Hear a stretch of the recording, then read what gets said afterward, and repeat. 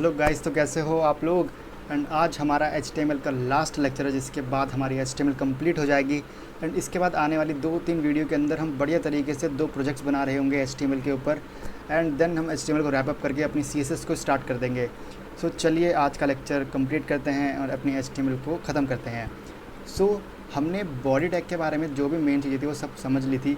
अब हमको सिर्फ और सिर्फ हेड टैग के ऊपर कंसंट्रेट करना है कि भाई हेड टैग होता क्या है, उसका यूज़ क्या होता है, हम उसे किस तरीके से यूज़ कर सकते हैं। हमने समझा था कि हेड टैग जो होता है वो किसी भी वेबसाइट का मेटा डेटा या SEO रिलेटेड डेटा को लिखने का काम आता है, जहाँ पे हम वेबसाइट के कीवर्ड्स जिसके थ्रू अपनी वेबसाइट को सर्च करवा सकते हैं या डिस्क्रिप्शन ऐड कर सकते हैं। एंड टाइटल एंड फेविकॉन जो होता है उसको ऐड कर सकते हैं। लाइक जैसे जो आपको ये दिख रहा है ना ऊपर, ये फेविकॉन होता है, मतलब ये एक फ़ोटो होती है जो कि आपकी टाइटल के बगल में लगी होती है। देन हम समझते हैं आगे HTML टैग के बारे में क्या क्या चीज़ें होती है। ठीक है, तो फर्स्ट ऑफ ऑल हम ये समझते हैं कि किस तरीके से अपनी स्टाइल शीट को लिंक करना होता है।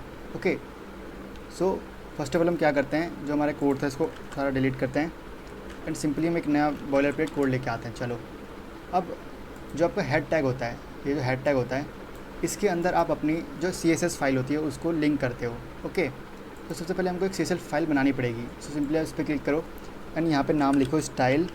अब CSS फाइल है तो उसका जो एक्सटेंशन होता है वो .css होता है। ठीक है, अब आपकी एक CSS फाइल बन चुकी है। देन मैं सिंपली यहाँ पे एक काम करता हूँ, मैं यहाँ पे हेडिंग लिखता हूँ, हेलो जी कैसे हो सारे। ठीक है, मैंने एक हेडिंग लिखी सिंपल सी, इसको देखते हैं कि आई या नहीं। जी बिल्कुल आई यहाँ पे। ठीक है, अब जो CSS देखो, अब हेड टैग के अंदर क्या होता है ना, जैसे मैं क्या करता हूँ, मैं यहाँ पे इसको कलर दे सकता हूँ। कैसे, स्टाइल और कलर यूज़ करके मैं इसको दे सकता हूँ, कोई भी ब्लू कलर दे देता हूँ लाइक। ठीक है, कलर ब्लू हो गया। अब यही काम ना मैं CSS के थ्रू करूँगा बट ना डिफरेंट अप्रोच। मैं यहाँ जाता हूँ एंड यहाँ पे ना H1 टैग लिखता हूँ सिंपल, और इसको ऐसे करके यहाँ कर देता हूँ। देन कंट्रोल V कर देता हूँ सिंपल, सॉरी यहाँ पे मैं कलर डाल देता हूँ ब्लू। ठीक, बट यहाँ पे तो कुछ हुआ ही नहीं। अब ऐसा इसलिए नहीं हुआ बिकॉज मैंने जो अपनी CSS फाइल है और HTML फाइल है उनको लिंक नहीं करा। अब वो जो लिंक करने का काम होता है ना, वो हम करते हैं अपने हेड टैग के अंदर। ओके, तो यहाँ पे हम लिंक सिंपल लिखेंगे लिंक। अब तो यहाँ पे बहुत सी चीज़ आ रही होंगी बट हमको लिंक करनी है CSS। तो देखो आपकी CSS लिंक हो चुकी है एंड आपका जो ये है ब्लू हो चुका है। ठीक है, तो इस तरीके से अपनी जो HTML फाइल है और CSS फाइल है उसको लिंक कर सकते हो आपस में। सो हमने सीख लिया किस तरीके से लिंक करना होता है। एंड ये मैंने क्या करा, ये आपको हल्की हल्की अंडरस्टैंडिंग होगी नहीं हुई तो कोई दिक्कत नहीं है, हम सिंपली इसको आगे CSS में पूरी तरीके से सीख रहे होंगे। देन भाई हमने एक जावास्क्रिप्ट भी सेम तरीके से क्या करा, हमने सिंपल ऐसे ही यहाँ पे गए एंड यहाँ पे मैंने एक जावास्क्रिप्ट फाइल बना दी script.js और ये फाइल बन गई। अब सिंपल मैं यहाँ पे आऊँगा एंड सेम उसी तरीके से लिंक पे क्लिक करके अपनी जो JS फाइल होती है, लिंक जावास्क्रिप्ट जो फाइल होती है उसको यूज़ कर लूँगा यहाँ पे। जैसे इसका नाम क्या है, इसका नाम हमने रखा है script.js, तो इससे आपकी जो जावास्क्रिप्ट फाइल है वो भी लिंक हो चुकी है। सो इस तरीके से ना हेड टैग के अंदर आप अपनी जावास्क्रिप्ट फाइल या फिर CSS जो फाइल होती है उसको लिंक कर रहे होते हो, जिससे कि आपकी जो पूरी जो वेबसाइट होती है वर्किंग बन जाती है। ठीक है, इसलिए जो हमारा हेड टैग होता है बहुत इंपॉर्टेंट होता है। सेम अगर हम समझे, हमने जावास्क्रिप्ट ऐड करना सीख लिया। ठीक है, अब बहुत सारे कुछ अलग अलग तरीके के लिंक होता है। लाइक आपको फेविकॉन कैसे ऐड करना होता है, फेविकॉन मीन्स ये जो ऊपर दिख रहा है ना आपको लोगो, वो कैसे ऐड करते हैं वो चीज़ समझनी होगी।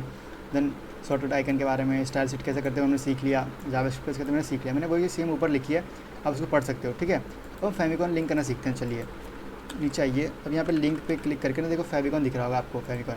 अब जो फेविकॉन है ना, यहाँ पे आपको देना होगा सोर्स, किस चीज़ का, जो फाइल होती है उसका। ठीक है, सिंपली मैं यहाँ पे ना जो फ़ोटो हमारे पास थी, शायद एक इमेज थी, मैं उसको यहाँ पे ऐड कर देता हूँ image.jf। ठीक है, अब हम इसको एक बार विज़िट करें अपना डॉक्यूमेंट्स में जाके।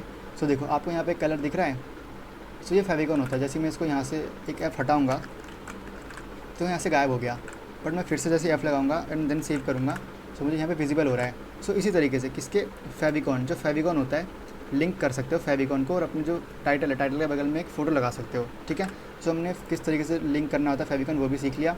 ठीक है, हमने बेसिक समझ ली किस तरीके से अपनी CSS फाइल लिंक कर सकते हैं, जावास्क्रिप्ट फाइल लिंक कर सकते हैं, देन फेविकॉन ऐड कर सकते हैं। एंड टाइटल के बारे में आपको पता ही है कि टाइटल किस तरीके से लिखते हैं। लाइक मैं यहाँ पर टाइटल में डाल दूँगा कि आज हम सीख रहे हैं अबाउट हेड टैग। देन मैं यहाँ पे जो लिखूँगा वो सेम चीज़ दिख रही होगी हमको। ठीक है, तो टाइटल के बारे में हम समझ चुके हैं, अब हम आगे आते हैं। अब सबसे पहले आपको जो दिख रही होगी यहाँ पे मेटा कैरसेट UTF-8। अभी क्या होता है देखो, अगर आप इसको देखोगे तो यहाँ पे भी आपको सेम चीज़ दिख रही है UTF-8। अब ना ये सिंपल कुछ नहीं है, देखो एक बहुत पॉपुलर कैरेक्टर एनकोडिंग होता है, कैरेक्टर एनकोडिंग सेट है ये। अब इसमें ना बहुत सारी चीज़ें होती हैं, इसमें सारी के सारी जो मल्टीपल लैंग्वेज है, अरेबिक, हिंदी, इंग्लिश, मलयालम, सारे के सारे सपोर्ट करती है और ये बहुत ज़्यादा वाइडली यूज़ होता है। इसीलिए जो होता है हमारा एक, जैसे आपने समझा होगा ना, आस्की होता है, एक American standard and Indian standard and बहुत सारे ऐसे होते हैं, जिसमें बड़े की वैल्यू 75 होती है, छोटे की वैल्यू 97 होती है। इसी तरीके से छोटे बी की वैल्यू 98 एंड बड़े बी की वैल्यू 76 होती है। ठीक है, तो इसको ना रेंडर किस तरीके से करते हैं डिजिट्स में, वो करवाता है आपको UTF। ठीक है, इसलिए हम UTF-8 को ऐड इसलिए करते हैं बिकॉज देखो सबसे पॉपुलर कैरेक्टर एनकोडिंग यूज्ड होता है। देन इसका बेनिफिट ये है कि ना सपोर्ट करता है मल्टीपल लैंग्वेजेस को, लाइक आप हिंदी यूज़ कर रहे हो, उर्दू यूज़ कर रहे हो, तो सबको सपोर्ट करता है। इससे जो हमारा कैरेक्टर सेट होता है वो होता है UTF-8 मेनली यूज्ड। ठीक है, इसलिए पहले से आपको ये लिखा हुआ था यहाँ पे। अब देखो मेटा डेटा के अंदर आपको एक यूनिटी दी जाती है सारे डिवाइसेस के अंदर कि भाई देखो कोई डिवाइस कुछ यूज़ कर रहा होता है, कोई कुछ यूज़ कर रहा होता है, बट जो इस लाइन के थ्रू ना क्या होता है, देखो to give unity to all devices. अब सारे डिवाइसेस के पास ना ऐसे नहीं कोई डिवाइस कुछ यूज़ कर रहा है, कोई कुछ। अब इस लाइन के थ्रू क्या होता है, सारे जो एज का जो मेन होता है ना, सब इसी को फॉलो कर रहे होते हैं। लाइक जो रेंडर हो रही होती है ना वेबसाइट, अपने लेटेस्ट वर्जन रेंडर हो रही होती है, ये नहीं कि कोई पुराना वर्जन यूज़ करा होगा, कोई नया वर्जन। तो इस लाइन का ये फ़ायदा होता है कि हर डिवाइस जो होता है साइज सेम हो जाता है, किसी में अलग अलग नहीं होता, सबके डिवाइस में सेम लेटेस्ट वर्जन में चीज़ें रेंडर हो रही होती है, जिससे कि हर वेबसाइट जो होती है, हर फ़ोन के अंदर, हर लैपटॉप, हर PC के अंदर वेबसाइट जो सेम दिख रही होती है। ठीक है, इसलिए यूनिटी के लिए होता है ये लाइन। सिंपली है कि जो आपका ये है ना, कौन सा कहाँ गया आपका ये वाला सिंपल, आपका जो ये सिंपल मेटा डेटा के अंदर जो लिखा गया है, तो इसलिए होता है कि जो हर डिवाइस के अंदर आपकी जो वेबसाइट है वो सिमिलरली दिखे। ठीक है, देन अगले में आपका व्यू पोर्ट कंटेंट, देखो सिंपल व्यू पोर्ट आपका जो जिस पर आपको पूरा दिखा, जैसे मेरी पूरी स्क्रीन ये व्यू पोर्ट है अभी। ठीक, अब इसकी विड्थ हमने डिवाइस विड्थ के हिसाब सेट कर दी कि अपने आप एडजस्ट कर लेगा। ठीक है, और इनिशियल स्केल 1.0 मतलब नॉर्मल जूम 100% होता है, अगर आप 2.0 कर देंगे तो नॉर्मल जूम 200% हो जाएगा। ठीक, सिंपल ये इसका लाइन का मतलब होता है। एंड टाइटल को तो आपको पता चल ही गया होगा। एंड सो हम सिंपल क्या बताएं कि हेड टैग जो होता है ना, वो मेनली सर्च इंजन ऑप्टिमाइजेशन के लिए यूज़ होता है, जिससे आपकी वेबसाइट को रैंकिंग मिल रही होती है। एंड इन चीज़ों को दिक्कत नहीं लेनी। ठीक है, सिंपल आप समझ चुके हो, जैसे जब बड़े बड़े प्रोजेक्ट्स बनाओगे, आप लिखोगे मेटा डेटा को, तो आप और अच्छी अंडरस्टैंडिंग लेते हुए चलोगे। तो आई होप आपको ये वीडियो पसंद आई होगी। एंड अगले वीडियो के अंदर हम एक प्रोजेक्ट बना रहे होंगे बढ़िया सा। ठीक है, सो आपको वहाँ पे मिलते हैं।